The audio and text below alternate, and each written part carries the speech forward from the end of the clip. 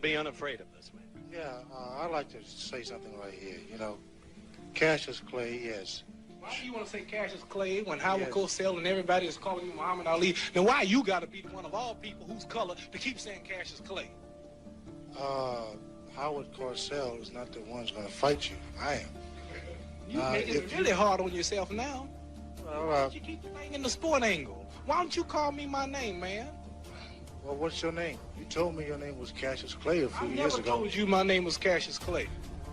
My name is Muhammad Ali, and you will announce it right there in the center of that ring after the fight if you don't do it now.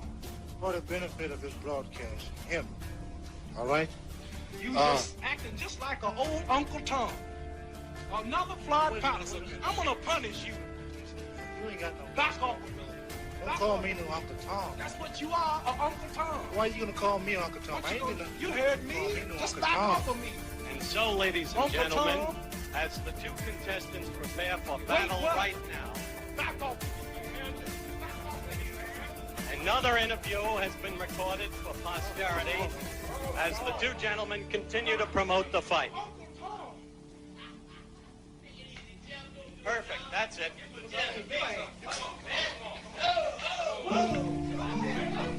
Come on. Keep shooting.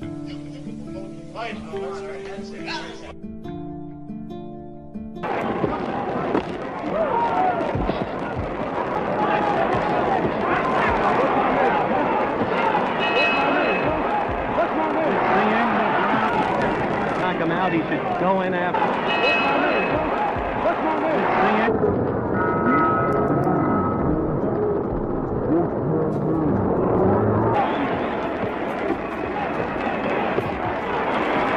The fight is over.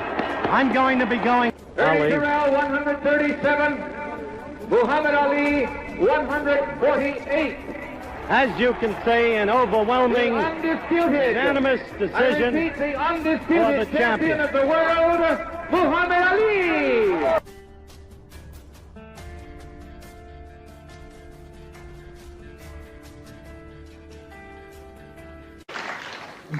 But I mean, you're a public figure, and you're one of those public figures who... Did you say nigga?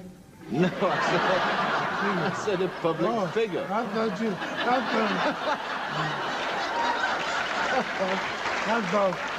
you said you're a public nigger. Public figure. Would I dare say said that? figure. That's right, figure. Oh, I thought, I'm sorry, hit you, man. This is your public figure. I thought you said public nigger. No, Okay. public figure. And also, you're one of the public figures. You don't hide from your public. You walk around. You talk to people. You meet people. That's right. Have you ever thought about being assassinated? Didn't I read your mind? You did. See? I wrote a poem. Better far from all I see, to die fighting to be free. What more fitting end could be? Better that I say my sooth. I rather die demanding truth while I'm still akin to youth.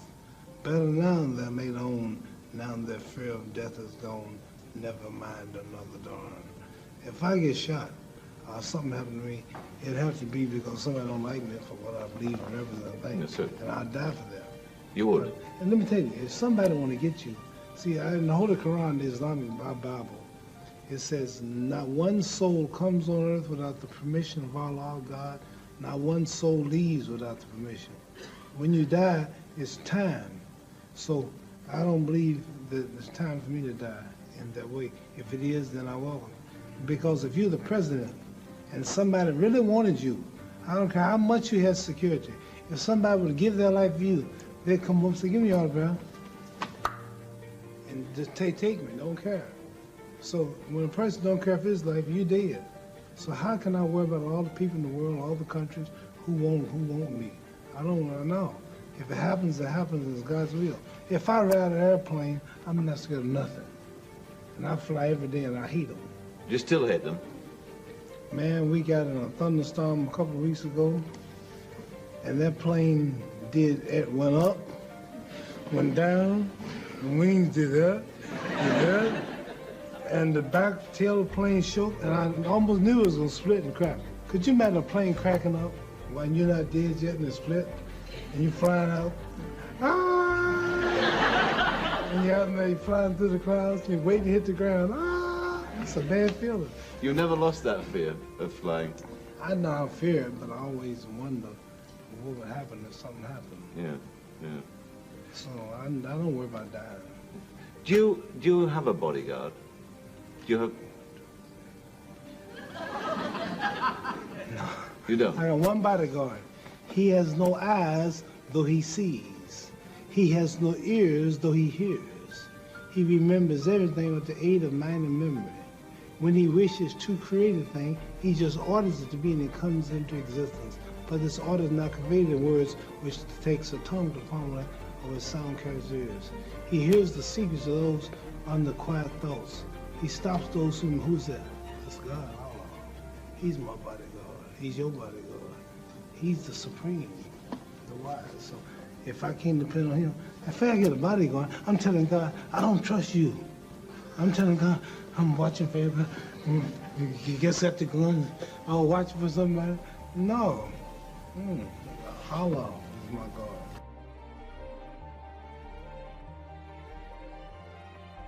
They took off the pants, they took off the miniskirts, they wear the long robes now, the headpieces, they're just like the Muslims in America, and they follow him through his word. So what I'm saying to you is what I have heard, what I'm saying, I don't know who I'm influencing until they themselves stand up. What's wrong with miniskirts? What's wrong with hot pants?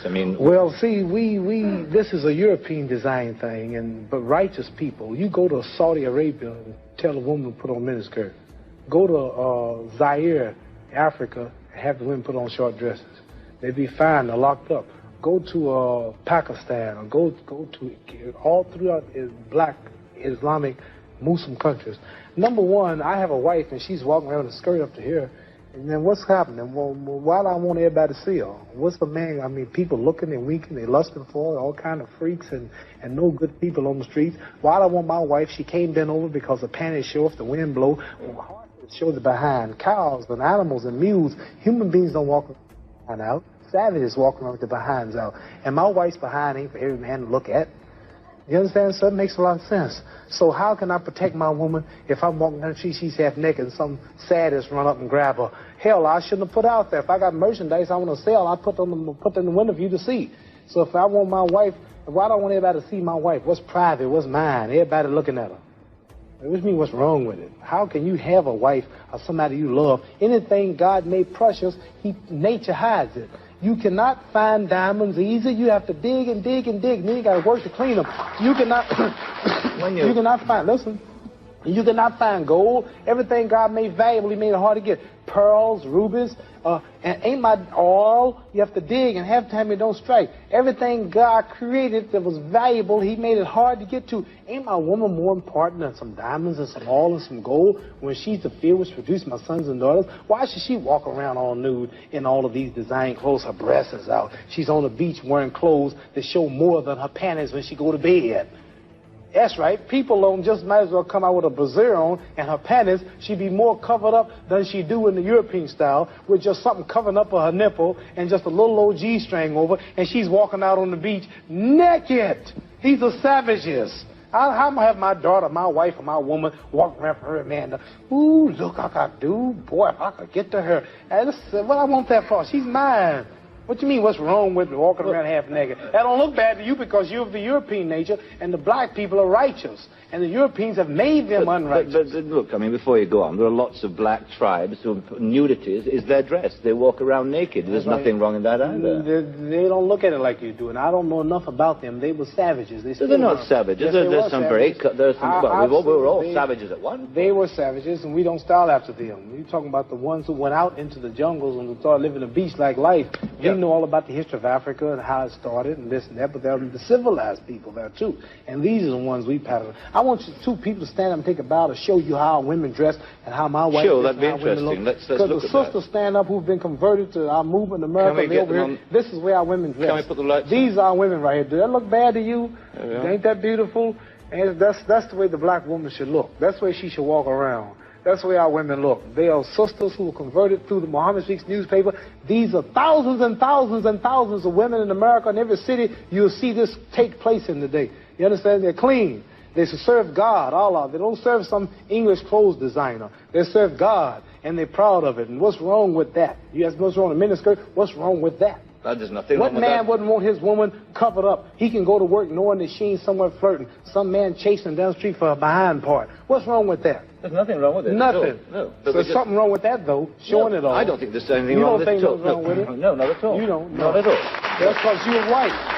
That's because your nature is not righteous. Listen, it's not because I'm white and you're black. I mean, that's nonsense. No, and you know your nature is not righteous. How do you mean my nature your is not nature, righteous? You said you don't mind your woman walking half naked. You're making some incredible assumptions about me. You don't. It's the truth. You're telling the world on television. Have you got the priority on the truth? Yes, you know the truth more than I do? The truth is that you don't mind your woman walking around half nude. Sure. You don't mind it? No, of course not. Well, then that means you're not righteous. But let me put a point to you. Half nude? Let me put a point. And you're a Christian, too? Let me put it... No, Christianity shouldn't be back I'm in fact a non-believer, if it comes to that. Oh, well, now I understand why, then. You're a non-believer. No, I'm sorry. Not at all. I'm sorry, you're a non-believer. You can't say just because if you're a non-believer in God, then I understand why you don't care about morals or nothing. I believe in my own kind of God, like a lot of people do.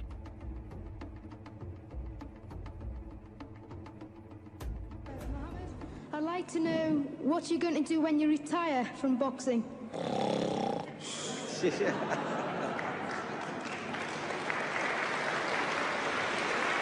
I think he's probably taking the last count at the moment. I'll do my best to wake him up for sleep. That's all I'm going to do. That's all he wants to do when he retires. Now, when I retire from boxing, I really don't know. I want to say something right here. This might make you all think. Life is not really long. Let's say the average person, 30 years old. If you're 30 years old, you are not but about 7 years old. How can I prove it? Add up all the 7, 8, 9 hours you slept for 30 years. Out of 30 years, add up all the nights, last night when you went to bed and woke up this morning, you don't remember a thing. You've been unconscious for about 8 years. If you're 30 years old, you slept about 8 years. Okay. How much traveling have you done in 30 years? From the television station to home, to another country, to another city, to school, to church. You've probably traveled 2 years of your life or spent just getting back and forth to where you're going. So there's 8 years of sleeping, 2 years of traveling. There's 30 years out of your life before you accomplish anything. How long do you sit in school? In America, we stay in school from the 12th grade from the 1st grade to 12th grade. Same here? Yeah, virtually. 6 hours a day? Yeah. 6 hours a day for 12 years, break it down, you sat in a classroom for 3 years without leaving. Okay, 2 years of traveling, 8 years of sleeping, 3 years of school. How many movies have you went to? How many wrestling matches? How much entertainment? How many movie theaters, live plays, baseball games? Probably 2 years of entertainment. So by the time a man, you older people know him, bear witness what I'm saying, by the time you have children, by the time you have made a way for your children, by the time you've paid for your home, you're pushing 60 years old. So life is real short. So you add up all your traveling, add up all your sleeping, add up all your school, add up all your entertainment, you've probably been half your life doing nothing. So what am I'm 35 years old. 30 more years, I'll be 65. We don't have no more influence. We can't do nothing much at 65. Your wife will tell you that. So what I'm saying, when you're 65, ain't too much more to do. So did you know I'll be 65 in 30 more years? In those 30 years, I have to sleep 9 years. I don't have 30 years of daylight. I have to travel back to America, take 6, 7 miles. All my traveling, probably 4 years of traveling in the next 30 years, about 9 years of sleeping, television, movies, entertainment, about 3 years of entertainment. Out of 30 years, I might have about 16 years to be productive. So it's how we can all break individual lives down. So what am I going to do in the next 16 years? What's the best thing I can do? Get ready to meet God. Going in real estate, going in business, teaching boxers, that won't get me to heaven. How many here believe there's a supreme being, believe there's a God? How many believe there's some power that made the sun, the moon, the stars? How many believe that this stuff didn't just come out here? Somebody wiser than us made it. How many believe there's a God? How many believe there's not a God? All right. Believe there's not a God. All right. If I told you, you who don't believe in God, if I told you that this glass sprang into existence, this glass made itself, no man made this glass, would you believe it? Would you believe I just told you this thing made itself? No. When I tell you, you wouldn't believe it, right? No, somebody's doubting it, yeah, so I'm giving you the answer. That's she wouldn't believe it. If I told her this television station popped into existence, it just, no man made it, you said Muhammad Ali's crazy. All right. Well, if this glass can't make itself, if I told you those clothes you have on wove themselves, nobody created them, those clothes made themselves, you wouldn't believe it. But if your clothes didn't make itself, if that glass couldn't make itself, if this building didn't make itself, then how did the moon get out there? How did the stars and Jupiter, Neptune and Mars and the sun, how did nature, how did all this come here if didn't know why is something planning to make it? So what I'm saying is, I believe we're going to be judged. Should a man like Hitler kill all the Jews and get away with it? Somebody should punish him. Maybe he get it, don't get it now, he get it when he died, in hell for eternity. So what I'm going to do when I get out of boxing is to get myself ready to meet God, because my plane might blow up. Don't planes blow up in this country sometime and crash? Don't people die every day? Not every day. It's a scary thing to think that I'm going to hell and to burn eternally forever. So what am I going to do? I'm explaining what you asked me a question. You ask me questions I can't just answer like that. When I get out of boxing or when I'm through, I'm going to do all I can to help people. That's why I'm here with Johnny Walker. Here's a poor man, came all the way to America. Here's a bunch of boys need some money, and somebody is calling me to help them. God is watching me. God don't praise me because I beat Joe Frazier. God don't give nothing about Joe Frazier. God don't care nothing about England or America as far as your wealth. It's all his. He wants to know, how do we treat each other? How do we help each other? So I'm going to dedicate my life to using my name and popularity to helping charities, helping people, uniting people, bring people bumming each other because of religious beliefs. We need somebody in the world to help us make peace. So when I die, if there's a heaven, I want to see it. Because we live how long? 80 years? The odds are everybody in this room, some of you are going to be dead 20 years from now. Some of you are going to be dead 50 years from now. Some are going to be dead 30, and some are going to be dead 60, 70 years from now. We all going to die soon. And if you live to be, say, 125 years old, which we don't do, right? Let's say we live to be 250, and you can have sex for 145 of those years. You're going to come to the end after that. So we don't have it about 80 years on earth. This is a test to see where will we spend our life in heaven and hell. This is not the life now. Your real self is inside you. Your body gets old. Some of you go to look at the fridge, you don't have no teeth. Your hair is leaving you. Your bodies get tired. But your soul and your spirit never die. That's going to live forever. So your body is just housing your soul and spirit.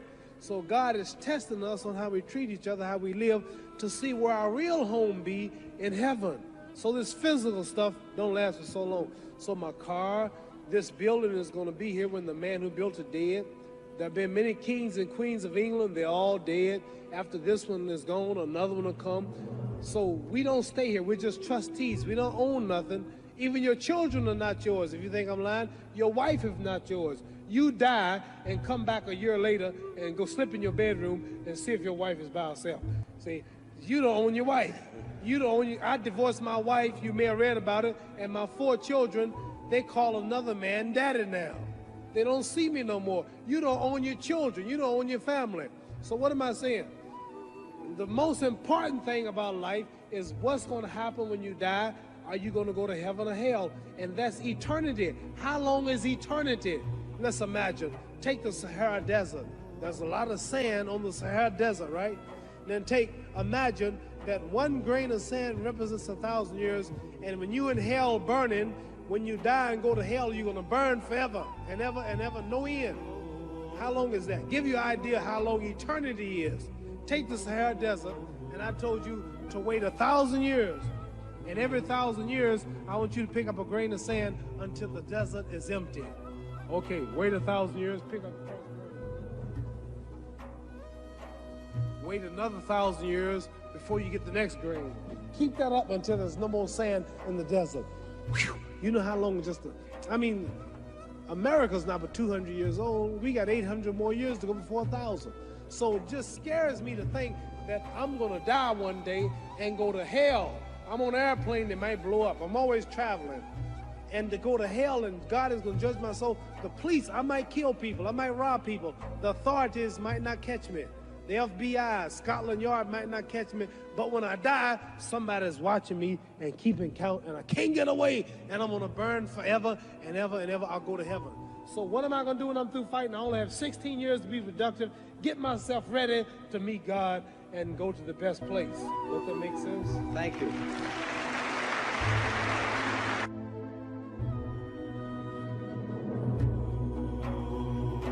The news that is made in this book is that while everyone knows you suffer from Parkinson's syndrome, the damage to your brain has not affected your mental capacity at all. It hasn't. I hope not. You hope not? It has affected your movement. It has affected your speech. It has affected your facial expression, but it has not affected your mental capacity. Does it bother you when you hear people say, as they do, Muhammad Ali's punch drunk? No. I didn't drink that much. Does it bother you when people say, no, you know, you should have gotten out earlier, you're sick as a result of the punches? Don't bother. If I did, I wouldn't come on the show. You wouldn't come on here? No, because I'd be worried about what you were asking. When you look at the old pictures of the fast-talking, fast-moving... You show me a picture of me. You show me a picture of you and myself, and we look much younger then. Things change. Does your present condition upset you? Does it bother you? Only a trial from Allah. God tries you in wealth, tries you in pain, tries you in failure, whatever. So I don't know what he's in store. You view this as your trial, then? Yes. How are you passing it? The success, oh. Are you matching the trial? Are you up to the challenge? I'm doing it right now. Coming on your show. Facing you. Make it sound so hard to do. I started to come. Why? Because I realized I'm not healthy like I was. I realized you'll ask questions like you're asking. But my pride would make me say no. But in the Holy Quran, it says if you got 1 ounce of pride, you can't enter paradise. So it scares me to think that I'm too proud to do your show because of my condition. A short choosing right to the core. Liston goes down. The numbers and tapes can only hint at the greatness of Ali. He was an Olympic champion. He won 56 pro fights. He commanded the first $1 million purse. He won the heavyweight title, a record-setting 3 times. He gave unforgettable performances from Houston to New York and Zaire to Manila. But those days, Ali claims, no longer concerned him. See, I've conquered the world. I've had all the fame. They said the world most known man, made money, wine, women, song. And did you know 25 years is over that quick? So that tells me there's got to be a God or something better than this. You telling me you didn't enjoy it? I thought it did. It's only an illusion. You think about your own death much? 5 times a day when I pray. And see, this life is short. This life is a preparation for the eternal life.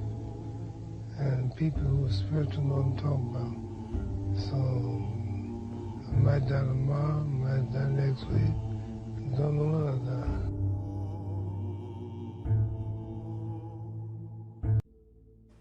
He didn't want his star on the sidewalk. Of the 2,500 stars on the Walk of Fame, Ali's is the only one which is actually up on the wall instead of embedded into the ground. It was a matter of religious conviction for the champ because his name was Muhammad. At the time he said, quote, "I bear the name of our beloved prophet Muhammad, and it is impossible that I allow people to trample over his name." Today, fans of Ali lined up to take pictures with the star, a tribute not just to Ali's fame, but also to his uncompromising spirit. Even in Hollywood, Muhammad Ali refused to be anyone other than himself.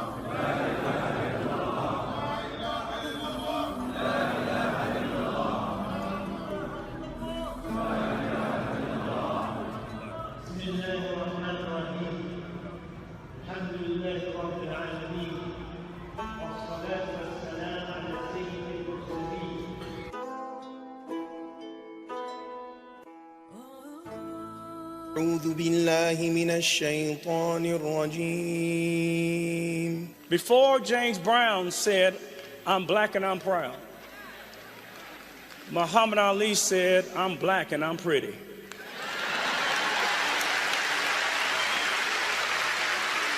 And he dared to love black people at a time when black people had a problem loving themselves. How do we honor Muhammad Ali? And the answer is the way to honor Muhammad Ali is to be Muhammad Ali today. There will never be another greatest like Muhammad Ali. But we together can now embody a measure of his kindness and his compassion. He said that the ring was Ali's path to his destiny. He said he'd be heavyweight champion of the world, and he was. 3 times. And this 4th time right here, right now. Muhammad wants young people of every background to see his life as proof that adversity can make you stronger. It cannot rob you of the power to dream and to reach your dreams. He discovered something new, that the world really wasn't black and white at all. It was filled with many shades of rich colors, languages, and religions. And as he moved with ease around the world, the rich and powerful were drawn to him, but he was drawn to the poor and the forgotten. God is watching me. God don't praise me because I beat Joe Frazier. God don't give nothing about Joe Frazier. God don't care nothing about England or America as far as your wealth is all his. He wants to know, how do we treat each other? How do we help each other? I told you, all of my critics, I told you all that I was the greatest of all time. I told you today, I'm still the greatest of all time. Never again defeat me. Never again say that I won't be defeated. Never again that make me the underdog until I'm about 50 years old. Then you might get me.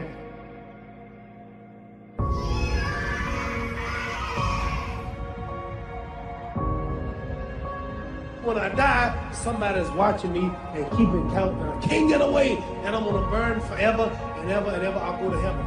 So what am I gonna do when I'm through fighting? I only have 16 years to be productive, get myself ready to meet God and go to the best place. Does that make sense? I said, I got leukemia and I lost all my hair. I'm getting this chemo. And Ali said, I'll tell you what, I'm gonna beat George Foreman and you're gonna beat leukemia. The boy looked at him and said, oh, I hope you're right, Ali. The 6th round, he whispered in my ear after I hit him in the side, that all you got, George? I'm gonna beat George Foreman and you're gonna beat cancer. Trees have a purpose. What's the purpose of a cow? Okay, what's the purpose of the sun? The sun. Sun. To give us lighting and peace. To make make things grow.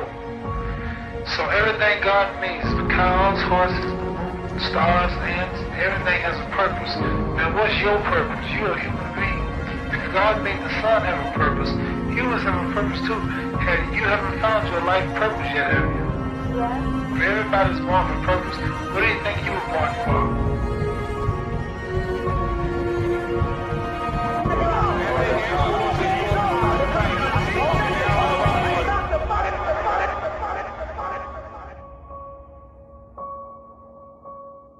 I was crying. I said, I'm sorry, Lord.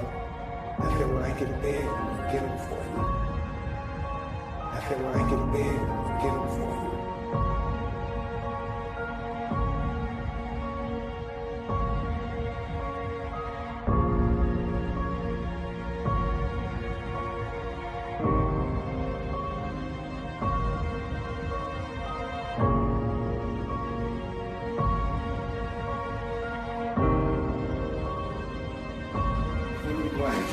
Come on, how you think? I'm gonna throw it out there. Go on. You stick this thing out there. How did the moon get out there? How did the stars and Jupiter, Neptune and Mars and the sun, how did nature, how did all this come here? Didn't know why is something planning to make it. So what I'm saying is, I believe that we're going to be judged. Should a man like Hitler kill all the Jews and get away with it? Somebody should punish him. Maybe get it, don't get it now, he get it when he died. In hell for eternity. So what I'm going to do when I get out of boxing is to get myself ready to meet God.